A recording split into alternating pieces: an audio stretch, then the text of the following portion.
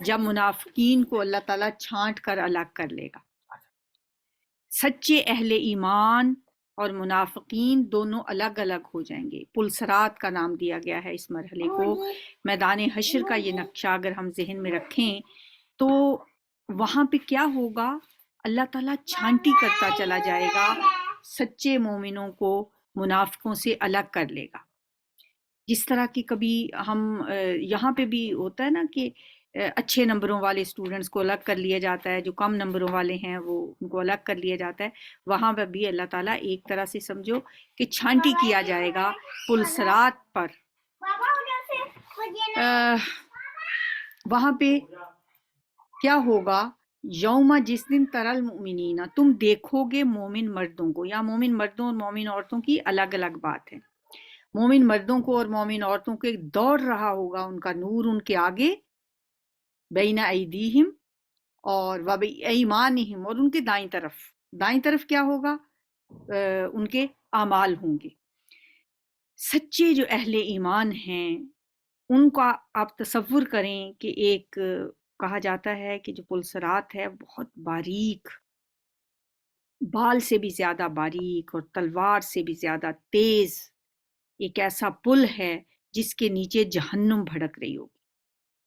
تمام مسلمانوں کو گپ اندھیرے میں اس پل کے اوپر سے گزرنا ہوگا. جن لوگوں کے دلوں میں سچا ایمان تھا، انہوں نے ایمان کی حالت میں نیک اعمال بھی کیے تھے، اور ان کے دلوں سے اور ان کے دائیں ہاتھوں سے اس وقت نور پھوٹ رہا ہوگا، اور وہ اس روشنی میں راستہ دیکھ کر جنت میں پہنچ جائیں گے.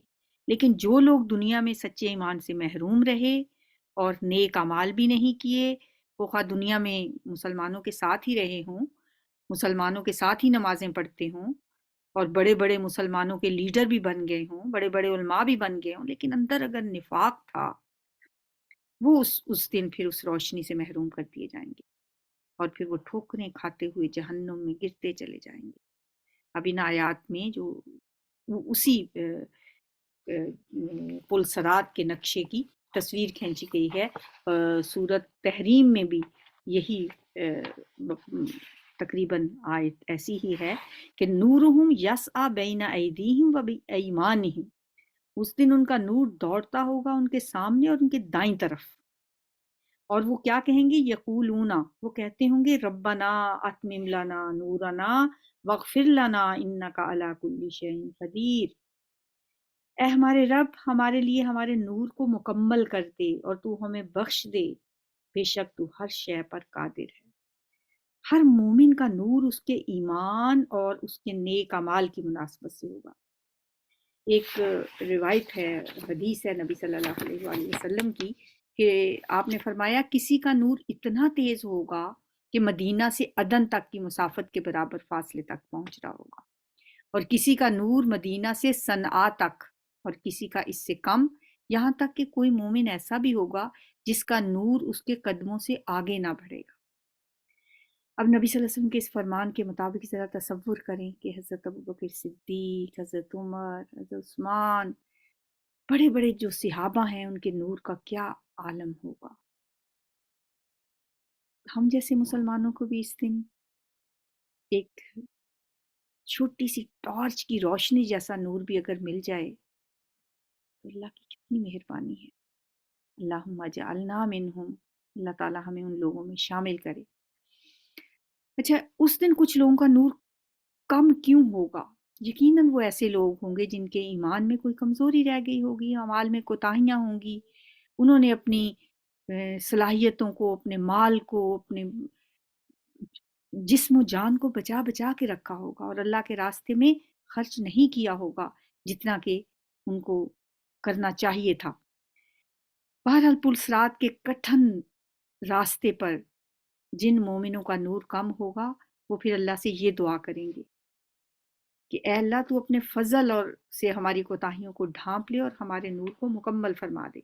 اس سلسلے میں ایک اور حدیث بھی ہے جس میں آتا ہے کہ کچھ لوگوں کا اتنا نور عطا کیا جائے گا جو بہت بڑے پہاڑ کی طرح ہوگا، اور ان کے دائیں طرف دوڑتا ہوگا، اور کسی کو اس سے کم نور عطا کیا جائے گا، اور ان میں سے کسی کو اتنا نور ملے گا گویا اس کے ہاتھ میں کھجور کا درخت ہے، اور کسی کو اس سے کم نور عطا ہوگا، حتیٰ کہ ان میں سے سب سے آخری شخص کا یہ حال ہوگا کہ اس کو بس اتنا سا نور ملے گا جو اس کے پاؤں کے انگوٹھے پر ہوگا، جو کبھی جلتا ہوگا اور کبھی بجھتا ہوگا۔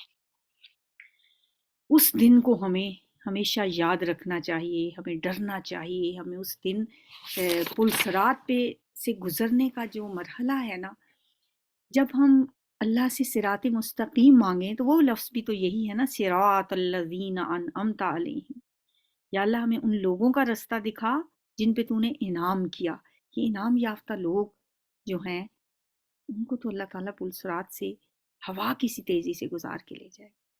تو صراط کا لفظ آتے ہی ہمیں پل صراط بھی یاد آ جانا چاہیے کہ اس پل سے ہم سب نے گزرنا ہے، کوئی ایسا نہیں ہے جو اس سے بچ سکے۔ اور جو لوگ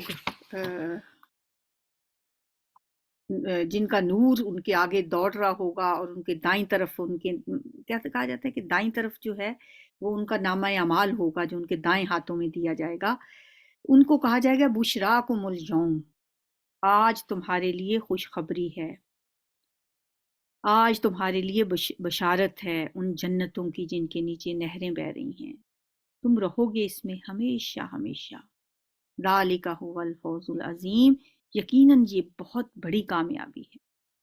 یوما، جس دن، یقول المنافقون والمنافقات، جس دن کہیں گے منافق مرد اور منافق عورتیں، للذین آمنوا، ان لوگوں سے جو ایمان لائے، انظرونا، ہمارا انتظار کرو، انظرونا، ہمارا انتظار کرو، یا کچھ دیر ٹھہرو، نقتبس، کہ ہم بھی کچھ روشنی لے لیں، من نورکم، تمہارے نور میں سے۔ نقتبس کا مادہ جو ہے نا قابسہ ہے، قاف باسی، جس کے لغوی معنی ہوتے ہیں کسی کی آگ سے چنگاری لے کر اپنی آگ جلانا، جیسا کہ حضرت موسیٰ علیہ السلام جب اپنے بیوی کے ساتھ کوہ طور کے پاس پہنچے، وہاں پہ آگ جلتی ہوئی دیکھی تو انہوں نے کہا تم یہاں ٹھہرو، میں دیکھتا ہوں کہ اگر کوئی آگ ہو تو میں وہاں سے کوئی چنگاری لے آؤں جس سے ہم آگ جلائیں اور تم اس سے سیک سکو اور ہم راستہ بھی دیکھ سکیں۔ تو وہاں پہ بھی یہی لفظ استعمال ہوا ہے۔ تو ایسی چنگاری جو ہم کسی کی آگ سے لے کے اپنی آگ جلاتے ہیں۔ لفظ اقتباس آپ نے سنا ہوگا، اردو میں کوٹیشن کے معنی میں استعمال ہوتا ہے۔ اس میں کیا ہو، اس کو کیوں اقتباس کہا جاتا ہے کہ اس میں بھی ہم اپنے مضمون میں کسی اور کی تحریر سے اقتباس لیتے ہیں، تو گویا ہم نے کسی کے چولہے کی ایک چنگاری لا کے اپنے چولہے میں شامل کر لی، کسی کے مضمون میں سے ہم نے کوئی ایک کوٹیشن لے کے اپنے مضمون میں اس کو ایڈ کر لیا، اور اس کو اقتباس کہا جاتا ہے۔ تو یہ میرا خیال ہے کہ اب یہ لفظ نقتبس آپ کو کبھی نہیں بھولے گا، کہ نقتبس من نورکم، کہ ہم بھی کچھ روشنی لے لیں تمہارے نور میں سے۔ قیل ارجعوا، قیلا پیسیو وائس ہے، ان سے کہا جائے گا ارجعوا، واپس لوٹ جاؤ، چلے جاؤ، وراءکم، اپنے پیچھے، اپنے پیچھے لوٹ جاؤ، کہاں؟ دنیا میں، ہم بھی وہیں سے نور لے کے آئے ہیں، تم بھی وہاں چلے جاؤ۔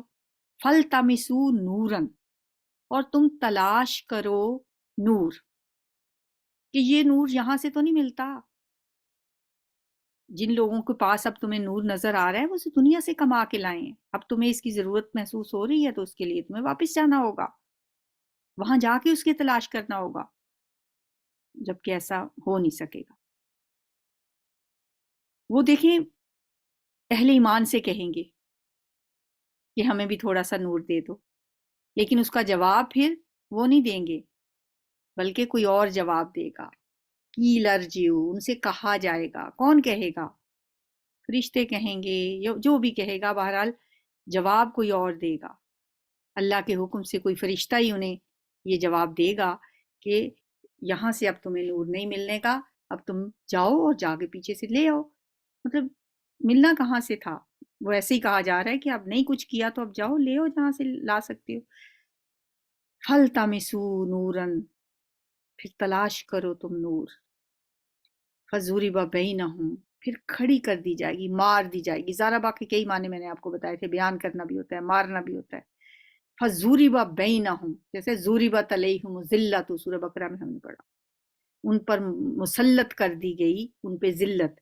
اور یہاں پہ بھی ہے کہ کھڑی کر دی جائے گی بینہم، ان کے درمیان، بسور اللہ باب، ایک دیوار، لہو کہ اس میں باب، ایک دروازہ ہوگا.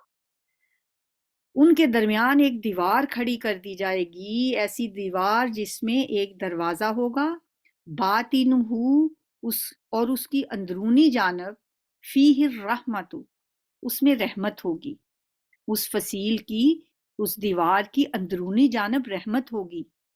وظاہرہ، اور اس کے باہر کی طرف، قبلہ العذاب، قبل کا مطلب ہوتا ہے قبلہ، کہتے ہیں نا سمت کو، طرف، قبلہ العذاب، اور اس کی بیرونی جانب، من قبلہ، اس کی طرف، عذاب ہوگا. جنادونہم، وہ پکاریں گے ان کو. اب اس کے اندر ہی فائل ہے، اس کے اندر ہی مفعول ہے. ینادونا، وہ پکاریں گے، کون؟ منافق پکاریں گے، ہم ان کو، کن کو پکاریں گے؟ مومنوں کو پکاریں گے. اب دیکھیں کہ ایک دیوار ہے، اس دیوار کے اندر کی طرف اللہ تعالیٰ کی رحمت ہے، اور مومنوں کی سمجھیں کہ نزل، مہمان نوازی شروع ہو چکی ہوگی. جبکہ اس دیوار کے باہر کی طرف عذاب الہی کا بھی سلسلہ شروع ہو جائے گا.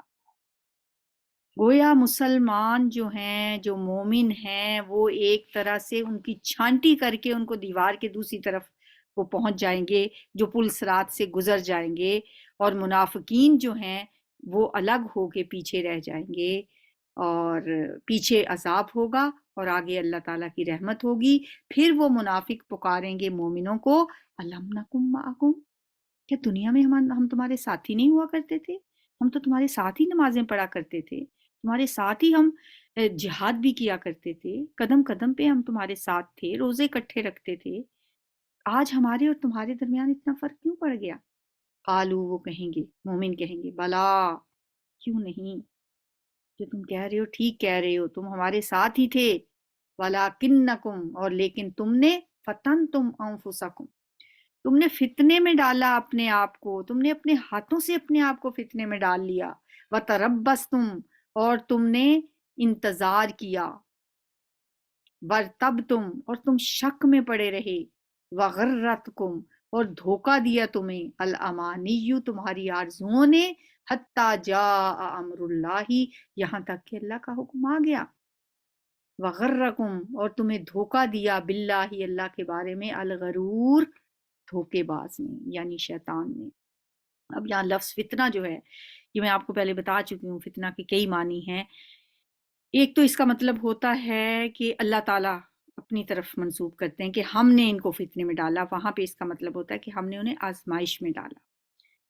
ٹھیک ہے، ہم آزما کر ان کو ظاہر کر دیتے ہیں کہ کون کھرا ہے اور کون کھوٹا ہے.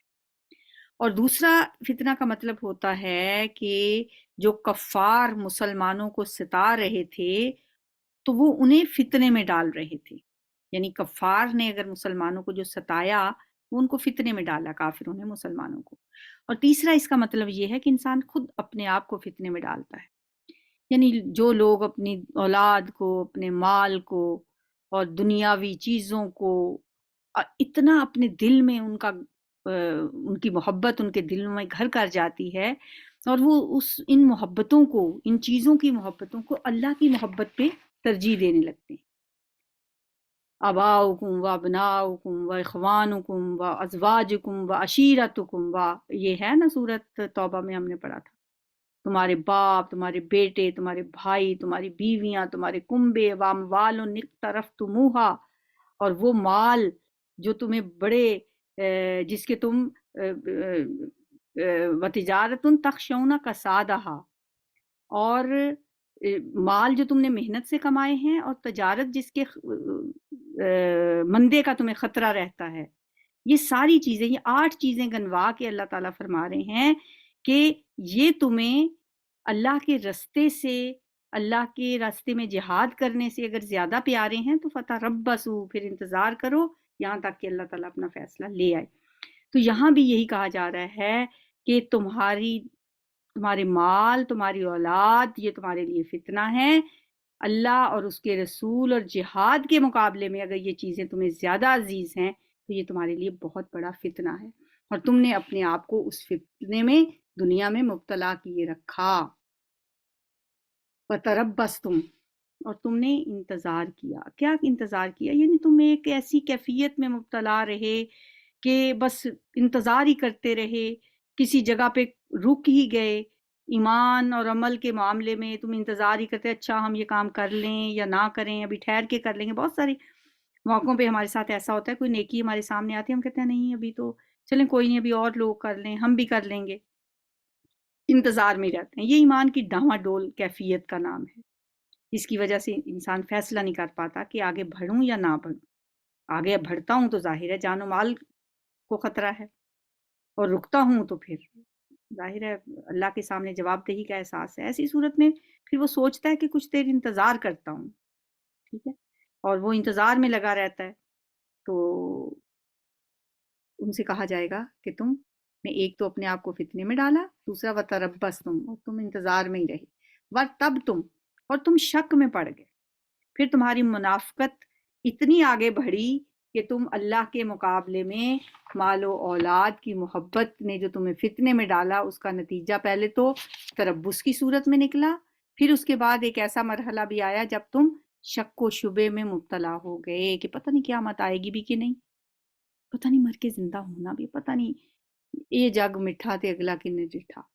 یہاں تو ہم جو کچھ مل رہا ہے وہ تو ہم اویل کر لیں، آخرت کس نے دیکھی ہے؟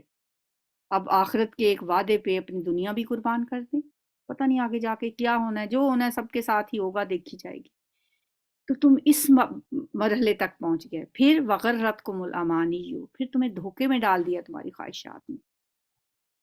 وہ خواہشات کیا کہ اللہ بخشنے والا ہے، اللہ بڑا غفور الرحیم ہے، وہ تو بڑے بڑے گناہوں کو معاف کر دیتا ہے، ہم جو بھی ہیں لیکن تیرے محبوب کی امت سے ہیں۔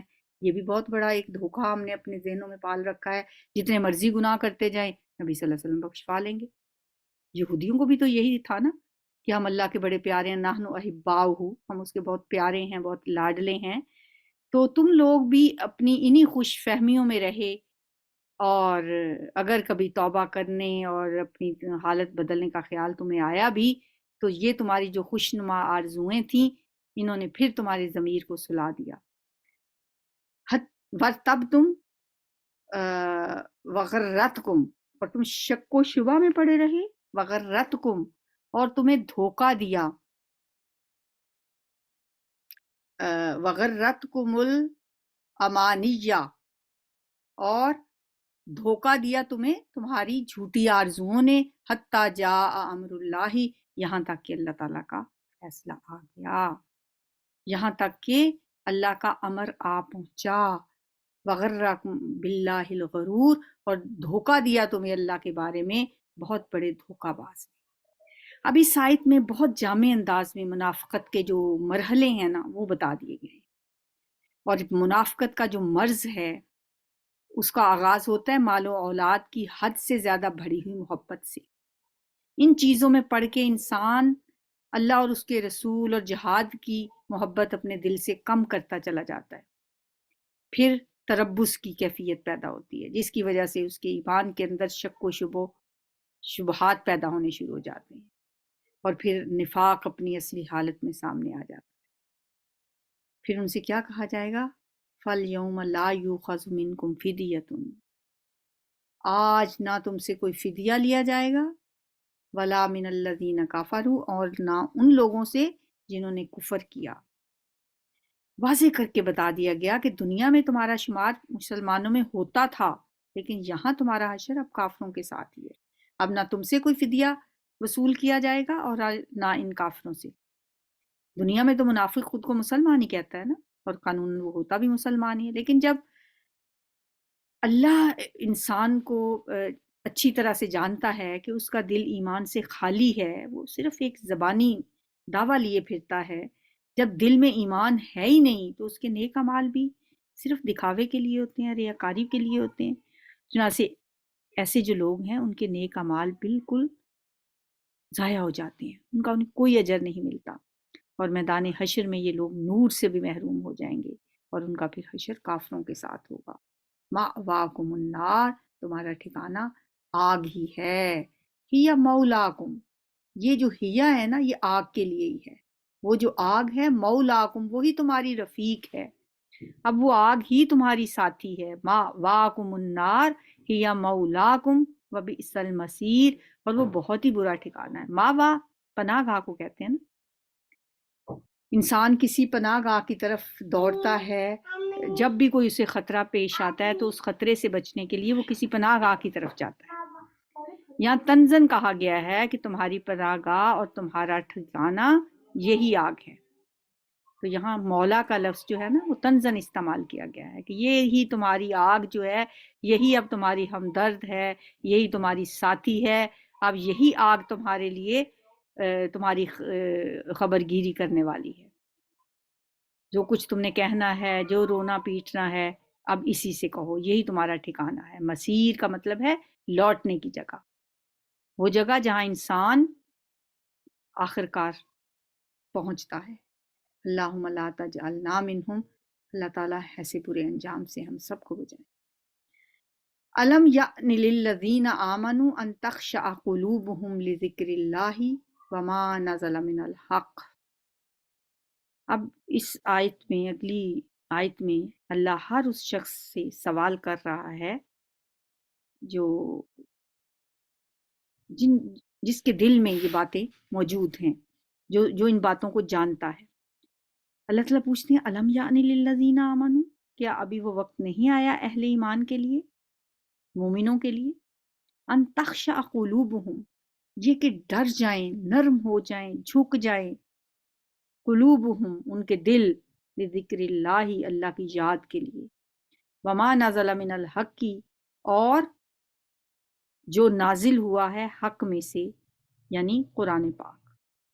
قرآن کے بارے میں فرمایا گیا ہے وما نزل من الحق، یعنی جو حق میں سے نازل ہوا ہے، اور یہی بات سورہ بنی اسرائیل میں بھی تھی، وَبِالْحَقِّ أَنزَلْنَاهُ وَبِالْحَقِّ نَزَلَ، اور ہم نے اس کو نازل کیا ہے حق کے ساتھ، اور یہ نازل ہوا ہے حق کے ساتھ۔ انسان ہمیشہ دین کے معاملے میں یا کوئی بھی نیکی کا کام کرنے کے معاملے میں ہمیشہ وہ تاخیر کرتا رہتا ہے کہ یہ کام کر لوں تو پھر کروں گا، یہ ابھی بچے چھوٹے ہیں، ذرا بچے بڑے ہو جائیں، ابھی تو ان کے اسکول کے ہوم ورک بڑے ہوتے ہیں، ابھی تو میرے پاس ٹائم نہیں ہوتا، ابھی پھر بچے بڑے ہو جاتے ہیں، اب ذرا میں ان کی شادیاں کر لوں، اس سے فارغ ہو جاؤں، پہلے تعلیم مکمل کرواتے رہتے ہیں، پھر شادیوں کے جھنجٹوں میں پڑے رہتے ہیں، اور ایسے ہی وقت سارا گزر جاتا ہے، بچوں کے کیریئر بنائے، اور اس میں ہم اتنا جنونی ہو کے لگ جاتے ہیں کہ بس بچے ہمارے کہیں امریکہ، برطانیہ، کینیڈا پہنچ جائیں اور بہت اعلیٰ عہدوں پہ لگ جائیں، ترقی کی منازل طے کر لیں، بس یہی ہماری زندگی کا مقصد ایک ہی ہوتا ہے، اور جب یہ مقصد حاصل ہوتا ہے اس وقت بہت دیر ہو چکی ہوتی، پھر ہم کچھ کر نہیں پاتے۔ ابھی وقت ہے، ابھی اپنے اپنے ضمیر کی عدالت میں پیش ہو کر خود سے پوچھیں کہ کیا ہماری زندگیوں میں ابھی وہ وقت نہیں آیا کہ ہم اللہ اور قرآن کے احکام کے سامنے جھک جائیں؟ یہ اللہ پوچھ رہا ہے، الم یعن للذین آمنوا، کیا ابھی وہ وقت نہیں آیا ان مومنوں کے لیے کہ ان کے دل نرم ہو جائیں، جھک جائیں اللہ کے ذکر کے لیے اور قرآن کے لیے؟ وَلَا يَكُونُوا كَالَّذِينَ، اب ان لوگوں کی طرح نہ ہو جاؤ، اوتوا الکتاب من قبل، جو دیے گئے کتاب اس سے پہلے،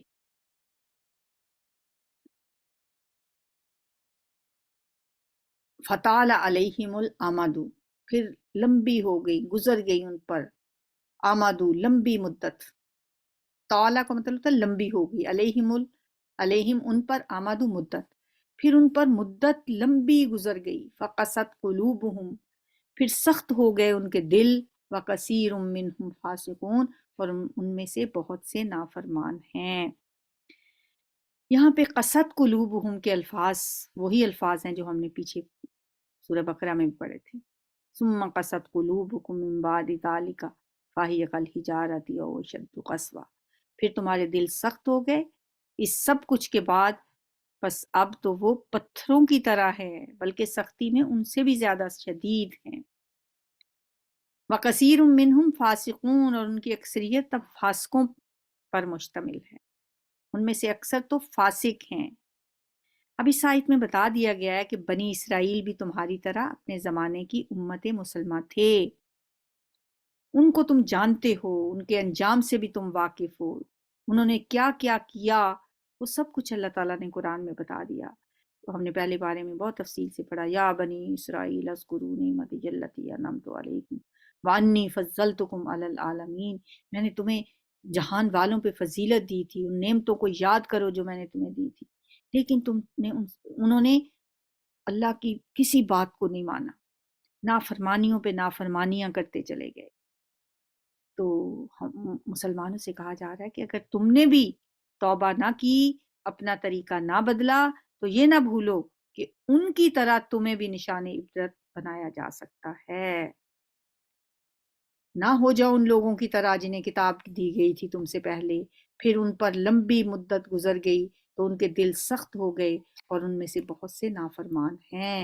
اعلموا، جان لو، ان اللہ یحیی الارض. اب دیکھیں وہاں ایک ڈانٹ کا انداز تھا، پھر آگے ایک ہمت افزائی والی بات کی جا رہی ہے کہ اگر تم سمجھتے ہو کہ تمہارے دل جو ہیں وہ سخت ہو چکے ہیں، تو دلوں کی زمین کو نرم کرنے کا نسخہ بھی اللہ تعالیٰ کے پاس ہے. تمہیں گھبرانے کی ضرورت نہیں ہے. اعلموا، جان لو، ان اللہ یحیی الارض بعد موتہا، کہ بے شک اللہ زمین کو زندہ کرتا ہے اس کے مرنے کے بعد. زمین بعض اوقات بنجر ہو چکی ہوتی ہے، بے آب و گیا ہو چکی ہوتی ہے جب بارش نہیں ہوتی، اس کے ذرے ذرے میں خشکی اور بنجر پن ہمیں نظر آتا ہے. پھر کیا ہوتا ہے؟ پھر اللہ تعالیٰ بارش برساتا ہے، پھر اس میں زندگی رواں دواں ہو جاتی ہے. اگر تم لوگ بھی سچے دل سے توبہ کر لو، اللہ کے حضور جھک جاؤ، تو وہ اپنی رحمت سے تمہارے دلوں کی بنجر زمین کو بھی زندہ کر دے گا، اور پھر سے اس میں ایمان کی فصل لہلہا اٹھے گی. اعلموا ان اللہ یحیی الارض بعد موتہا. جو رب زمین کو موت کے بعد زندگی عطا کرتا ہے، وہ رب تمہارے مردہ دلوں کو بھی زندگی بخش سکتا ہے. قد بینا لکم الآیات لعلکم تعقلون. یقیناً ہم نے بیان کر دی ہیں تمہارے لیے آیات تاکہ تم عقل سے کام لو. تم اس مثال سے سبق حاصل کر لو. تم خوب سمجھتے ہو کہ فصلیں کب برباد ہوتی ہیں، زمینیں کب بنجر بنتی ہیں.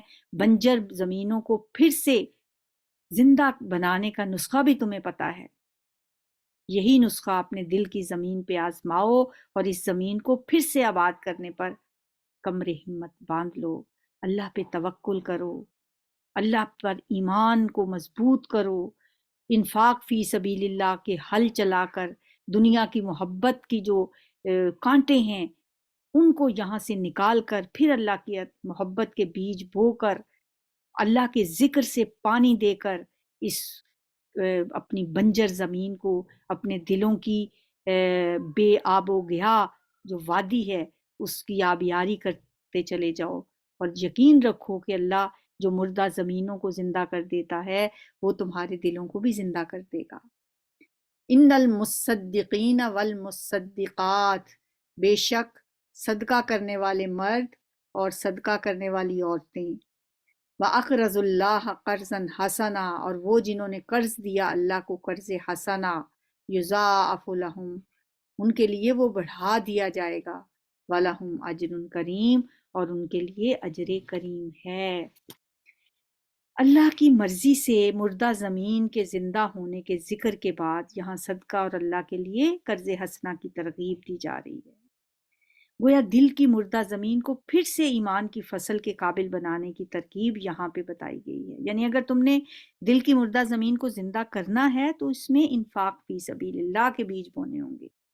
اس میں محبت دنیا کی جو ایک طرح سے جڑی بوٹیاں ہیں، جو خار، جو جھاڑ جھنکار ہے، اس کو کھود کھود کر نکالنا پڑے گا۔ جیسے جیسے تم اللہ کی رضا کے لیے مال خرچ کرتے جاؤ گے، ویسے ہی تمہارے دلوں کی زمین میں ایمان کی فصل جڑیں پکڑتی جائے گی۔ دنیا کے محبت جو ہے، اس کو دلوں سے نکالنا ہوگا۔ پھر جب مال کی محبت دل سے نکل جائے گی، پھر تمہارے دل میں اللہ کی محبت آئے گی۔ ایک دعا بھی ہے نا کہ یا اللہ میرے دل کو خالی کر کے ماں زویتا، جو تو نے اس کو مطلب جو چیز تم نے مجھ سے لے لی ہے، اب اس کی جگہ پہ میرے دل میں جگہ بنا دے اپنی محبت کے لیے۔ اس طرح کی کوئی دعا میں آپ کو گروپ میں شیئر کر دوں گی، اس وقت میرے ذہن میں نہیں آ رہی۔ والذین آمنوا باللہ ورسولہ، اور وہ لوگ جو ایمان لائے اللہ پر، اس کے رسولوں پر، اولئک هم الصدیقون، یہی وہ لوگ ہیں جو سچے ہیں، صدیق ہیں، والشہداء عند ربہم، اور اپنے رب کے ہاں گواہی دینے والے ہیں، لہم اجرہم ونورہم، ان کے لیے ان کا اجر ہے اور ان کا نور ہے۔ بات نور سے شروع ہوئی تھی اور پھر نور پہ آ گئی۔ اور جو لوگ ایمان لاتے ہیں اللہ پر، اس کے رسول پر، یہ لوگ صدیق ہیں، سچے ہیں۔ والشہداء عند ربہم، اور شہداء ہیں اپنے رب کے پاس، جو صدقات کے ذریعے اللہ کو قرض حسنہ دے کر اپنے دلوں سے مال کی محبت دور کر کے، اور ایمان حقیقی جب ان کو مل جاتا ہے تو اب ان کے لیے صدیقیت اور کا مقام ہوتا ہے، اور شہادت تک پہنچنے کا رستہ ان کے لیے کھل جاتا ہے۔ صدقہ، خیرات، انفاق فی سبیل اللہ سے اگر انہوں نے اپنے رستے کے کانٹے دور کر دیے، اور یہ ساری منزلیں جو ہیں ایمان کی انہوں نے طے کر لیں، تو پھر ان کے لیے صدیقیت اور شہداء کے درجے ہیں۔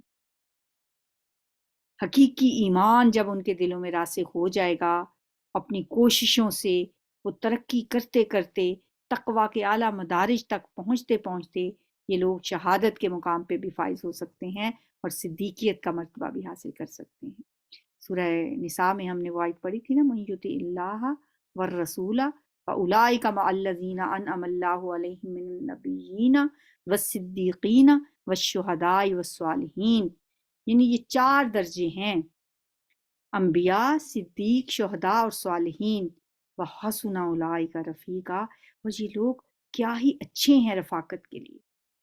تم ہمت کرو اور دنیا کی محبت میں اس کے پیچھے بھاگنے کی بجائے اپنا رخ موڑ لو، اپنا رستہ جو ہے وہ اللہ کی طرف کر لو۔ فَفِرُّوا إِلَى اللَّهِ، اللہ کی طرف دوڑ لگا دو۔ پھر ان 4 میں سے کوئی رتبہ تو مل ہی جائے گا نا۔